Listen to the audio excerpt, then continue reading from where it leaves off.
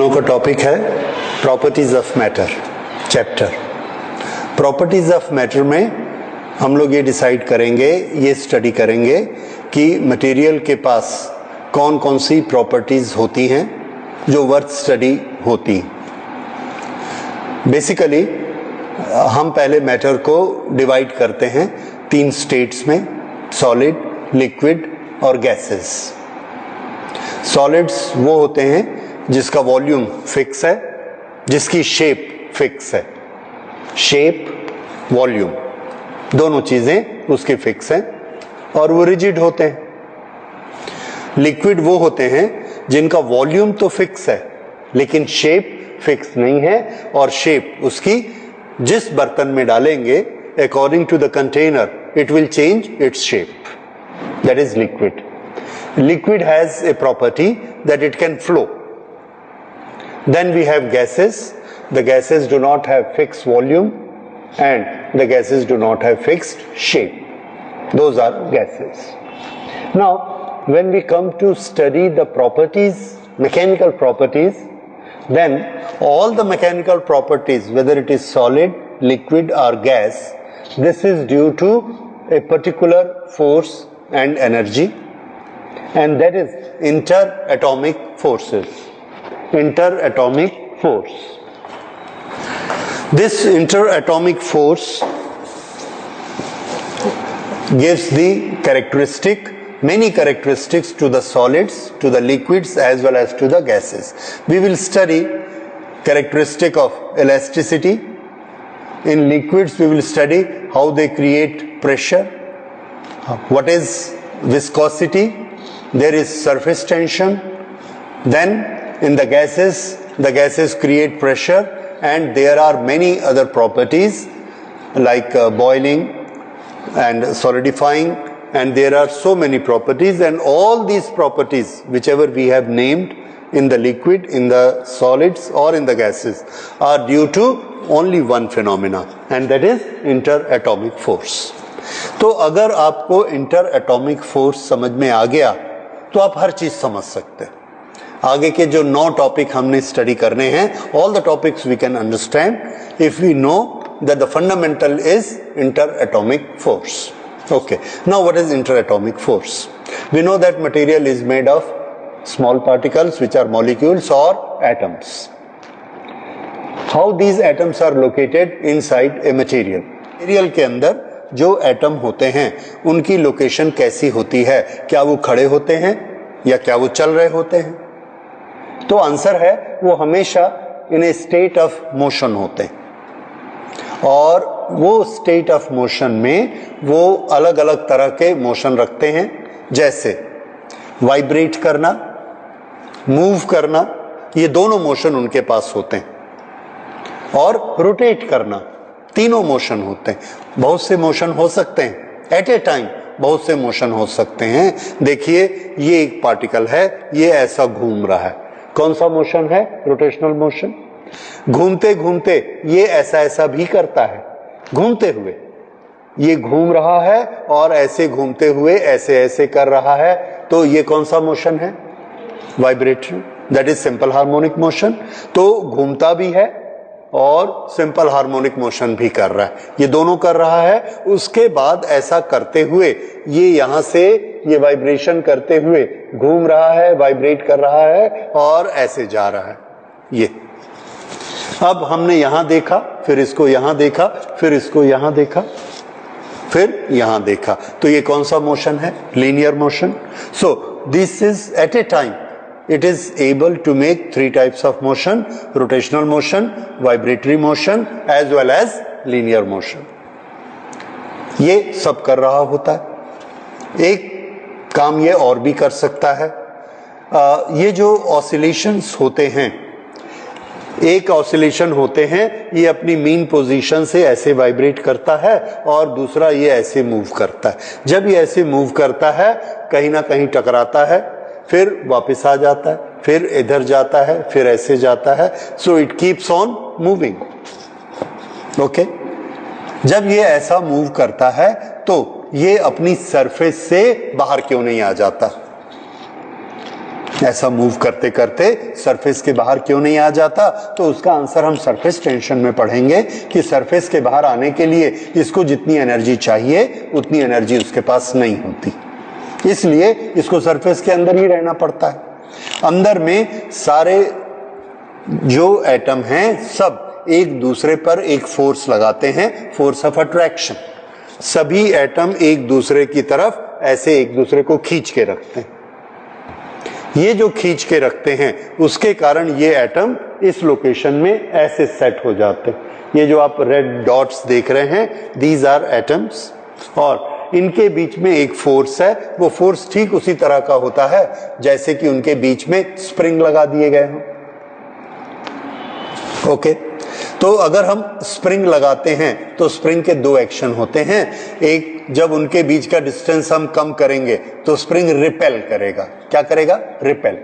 और अगर उसको एक्सटेंड कर देंगे तो क्या करेगा? वापस कॉन्ट्रैक्ट करेगा। तो फोर्सेस के नाम अट्रैक्शन, रिपल्शन। अगर डिस्टेंस, इस डिस्टेंस को हमने माना r0, अगर r0 को हम बढ़ा देंगे तो कौन सा फोर्स स्टार्ट हो जाएगा? अट्रैक्शन। और अगर r0 को हमने कम कर दिया तो फोर्स कैसा हो जाएगा? रिपल्शन। और r0 पे रखा है नो फोर्स, फोर्स इज 0। ये एक्शन उसी तरह से हम सोच सकते हैं जैसे स्प्रिंग के साथ डिफरेंट एटम्स इस तरह से अटैच किए गए। दबाएंगे, एक्सपेंड हो जाएंगे, रिपेल करेंगे, और अगर हम खींचेंगे तो वो वापस जाना चाहते हैं। इस तरह से एटम्स इसमें लोकेटेड होते हैं। स्टूडेंट्स को यह डाउट होता है कि एटम, एक तरफ हम बोल रहे हैं कि एटम चलते रहते हैं, दूसरी तरफ हम ये कहते हैं कि एटम फिक्स होते हैं। तो एटम फिक्स होते हैं कि चल रहे होते हैं? तो आंसर है एटम दोनों काम कर रहे होते हैं। जैसे हमने आपसे पूछा आप कहाँ रहते हो, तो आपने बताया मेरा ये घर है, मैं इस घर में रहते हैं। ठीक है, तो अभी आप घर में हो क्या? नहीं है, पर आप तो बोलते हो मैं घर में रहती हूँ। दूसरा, सुबह आपको हम मिले, कहाँ पर हो? स्कूल में हो। कहाँ रहते हो? घर में रहते हैं, पर अभी तो घर में नहीं है। तो आप घर में फिर कब रहते हो? जब भी हम बात करते हैं आप बोलते हो हम घर में नहीं है। तो आप ये बोलोगे कि हम इधर जाएं, कुछ काम है, एनर्जी है, हम अपने मीन पोजीशन घर से निकल के स्कूल चले जाते हैं, काम खत्म होता है वापस, फिर वहां से निकल के स्पोर्ट्स जाते हैं वापस, मार्केट गए वापस, घर हमारी मीन पोजीशन है। इसी तरह से हर एटम की एक मीन पोजीशन होती है। उस मीन पोजीशन से वो जाता है वाइब्रेट करता हुआ, स्ट्रेट लाइन में जाते हुए, फिर वापस आ जाता है, फिर दूसरी तरफ जाता है, फिर वापस आ जाता है, फिर इधर जाता है, फिर वापस आ जाता है। तो हम अगर उसको पूरा देखेंगे तो उसकी एक मीन पोजीशन होती है। ओके, यहां पर जो रेड डॉट दिख रहे हैं वो उस मीन पोजीशन को दिखाते हैं। समझ आया? तो जरूरी नहीं है कि वहां पर एक एटम हमको खड़ा हुआ मिलता है। हम ये मानते हैं कि एटम मूव कर रहे हैं, लेकिन हर एटम की एक मीन पोजीशन है, और उन सब मीन पोजीशन को अगर हम आपस में जोड़ेंगे तो ये स्प्रिंग जैसा एक डिस्टेंस, इतना लंबा स्प्रिंग r0 का हमको दिखेगा, मिलेगा। इस तरह से ये उनकी मीन पोजीशन के बीच का डिस्टेंस है। तो अब एटम कैसी सिचुएशन में रहते हैं हमको समझ में आ गया कि ये एक एटम है, ये एक एटम है, ये ऐसा चलता है, ये ऐसा चलता है, ये इसकी मीन पोजीशन है, ये इसकी मीन पोजीशन है। इस डिस्टेंस को ये मेंटेन करते, ये ऐसा गया, ऐसा गया, ऐसा चल रहा है। दूसरे इधर और एटम भी हैं, वाइब्रेट भी हो रहे हैं, रोटेट भी कर रहे हैं, ये एक मीन पोजीशन फिक्स है। एक दूसरा मटेरियल हमने लिया, उसमें भी दो एटम हैं, लेकिन वो यहाँ ऐसे ऐसे चल रहे हैं। ये अपनी मीन पोजीशन पर जब आएंगे तो इनका डिस्टेंस इतना ज्यादा, एक किसी का इतना, किसी का इतना, किसी का इतना। ठीक है, अब दो एटम के बीच में फोर्स ऑफ अट्रैक्शन होता है। ये कौन सा फोर्स होता है? इस पर भी हमको डाउट होता है, क्योंकि हमने पढ़ा है कि बेसिकली फोर्स चार तरह के होते हैं, ग्रेविटेशनल फोर्स, इलेक्ट्रिकल फोर्स। ये दो फोर्स जो हमको बाहर दिखते हैं, और दो अंदर के फोर्स होते हैं जो न्यूक्लियस के अंदर भी होते हैं। Those are strong nuclear forces and weak nuclear forces. वो न्यूक्लियस के अंदर माइक्रोस्कोपिक फोर्सेज होते हैं, और जो हमको आंख से दिखते हैं बाहर अपने चारों तरफ, वो दो तरह के फोर्सेस, इलेक्ट्रिकल और ग्रेविटेशनल। और जितने फोर्स हम देखते हैं सब के सब फोर्स इन्हीं दोनों से बने रहते हैं। तो ये कौन सा फोर्स है? तो हमको ये डिसाइड करना है और ये सोचना है कि क्या ये ग्रेविटेशनल फोर्स है या ये इलेक्ट्रोमैग्नेटिक फोर्स है, इलेक्ट्रोस्टैटिक फोर्स है। तो याद रखिए, inter atomic force is a electrical force. ठीक है, इसको नोट भी कर लीजिए, this is a electrical force. ये हम किस कैटेगरी की बात कर रहे हैं? जिसमें हमने ये पढ़ा हुआ है कि मैक्रोस्कोपिक फोर्स दो तरह के होते हैं, ग्रेविटेशनल और इलेक्ट्रिकल। तो हमको इसको देखकर लालच लगता है कि दोनों के पास मास है, तो दोनों के पास ये फोर्स कैसा होना चाहिए? ग्रेविटेशनल। पर एक्चुअल जो इंटर एटॉमिक फोर्स है ग्रेविटेशनल नहीं होता है। किस तरह से वो इलेक्ट्रिकल फोर्स होता है ये आप क्लास 12th में स्टडी करेंगे, जब आप ये पढ़ लेंगे कि डायपोल क्या होते हैं, डायपोल नेचर क्या होता है, किस तरह से किसी मटेरियल में, किसी भी एटम में, मॉलिक्यूल में पॉजिटिव और नेगेटिव दोनों तरह के चार्जेस होते हैं, और जब वो आपस में इंटरेक्ट करते हैं तो किस तरह से इलेक्ट्रिकल फोर्सेस उसमें लगते हैं। वो इलेक्ट्रिकल फोर्सेस इतने स्ट्रांग होते हैं कि उनके सामने इनका ग्रेविटेशनल फोर्स बहुत कम पड़ जाता है। फिर से अगर हम ये कहें कि एटम एटम के बीच में ग्रेविटेशनल फोर्स होता है कि नहीं, तो होता है, पर वो इतना कम होता है कि उससे करोड़ों गुना ज्यादा कौन सा फोर्स है? Electrical force. इसलिए वो काम करता है, वो एटम्स के बीच में है, इसलिए उसका नाम क्या है? Inter atomic force. तो इंटर एटॉमिक फोर्स का नेचर इलेक्ट्रिकल फोर्स होता है। More than this we will study in class 12। Okay, और अब उसके बाद डिस्टेंस पर हम फिर से आते हैं। अगर हम इसका डिस्टेंस कम करें तो रिपल्शन का फोर्स होता है, और डिस्टेंस ज्यादा करेंगे तो अट्रैक्शन का फोर्स होता है। डिस्टेंस ज्यादा करने के लिए हमको फोर्स लगा के ऐसे डिस्प्लेसमेंट करना पड़ता है। ओके, तो उससे हमने इसके दो ग्राफ बनाए, फोर्स और पोटेंशियल एनर्जी का। इसके पास ये जो आर नॉट डिस्टेंस है, इस पर पोटेंशियल एनर्जी कैसी होती है? मिनिमम। और कोई भी पार्टिकल किस स्टेट में रहना चाहते हैं? तो आंसर है every system wish to remain in the condition of lowest energy.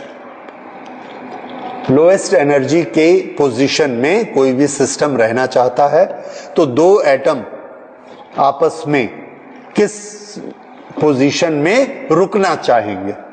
अगर हमने उनको इतना दूर कर दिया और इनकी पोटेंशियल एनर्जी मिनिमम से ज्यादा हो गई, यहां पर मिनिमम है, तो ये यहां आ जाएंगे कम पोटेंशियल एनर्जी पे। जैसे आपने पोटेंशियल एनर्जी का एक बड़ा मोटा फॉर्मूला देखा है, mgh।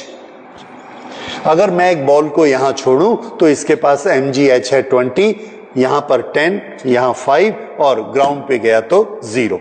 तो मैंने बॉल को छोड़ा और उसको बोला जहां तुम्हारी मर्जी है वहां रहो, तो वो कहां जाएगी? ग्राउंड पे चली जाएगी। क्यों? क्योंकि वहां पे मिनिमम होती है। और अगर हमने उसको कुएं के ऊपर छोड़ा तो कुएं के नीचे जाएगी तो और एनर्जी कम हो जाएगी, इसलिए वो उसके अंदर चली जाएगी। इसी तरह से एक गैस का बैलून लिया, उसमें हाइड्रोजन डाली और यहां छोड़ा, उसके पास जो एनर्जी है अगर वो ऊपर रहेगी तो एनर्जी कम होगी, तो बैलून ऊपर चला जाएगा। तो कोई भी सिस्टम, कोई भी मटेरियल कहां रहना पसंद करता है? जहां उसके पास एनर्जी लोएस्ट होती है। ओके, तो इस तरह से इन एटम्स के आर नॉट डिस्टेंस पर इनकी एनर्जी सबसे कम होती है। तो इसका हमने ग्राफ बनाया। इनके पास यहां पर फोर्स ऑफ अट्रैक्शन की एनर्जी हमने पढ़ा है, फोर्स ऑफ अट्रैक्शन की एनर्जी निगेटिव होती है।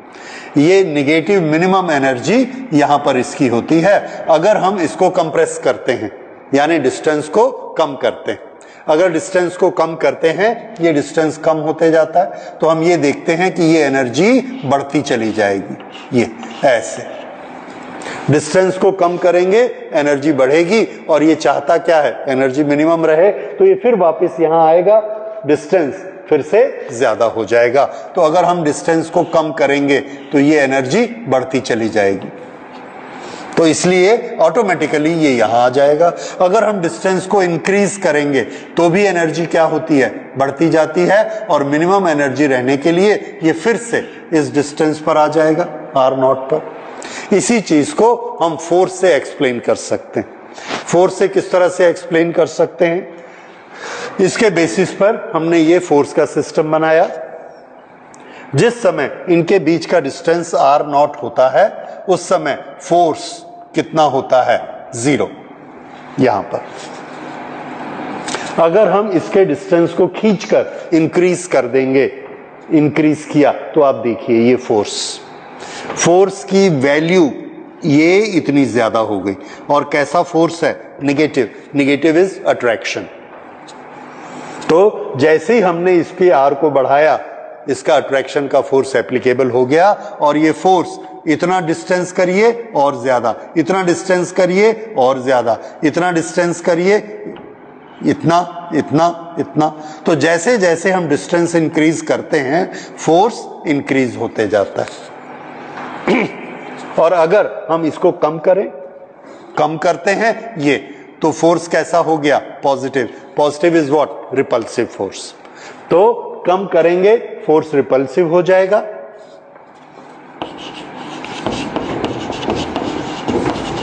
और अगर हमने आर को बढ़ाया तो फोर्स कैसा होगा? अट्रैक्शन। तो ये positive repulsive negative attraction force. अब देखिए यहां से यहां तक ये, इसका मीनिंग अब आपको समझ में आया। अगर आर को कम करते हैं तो फोर्स कैसा है? Repulsive, positive. और अगर आर को इंक्रीज करते हैं तो फोर्स कैसा है? नेगेटिव। ठीक है। तो इस तरह से हम इसके दो ग्राफ बनाते हैं, potential energy as well as force versus distance R. और ये सबसे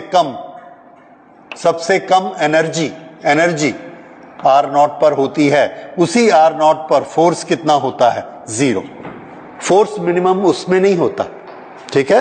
ये फोर्स 0 कब होता है? आर नॉट पर। ठीक है। ओके।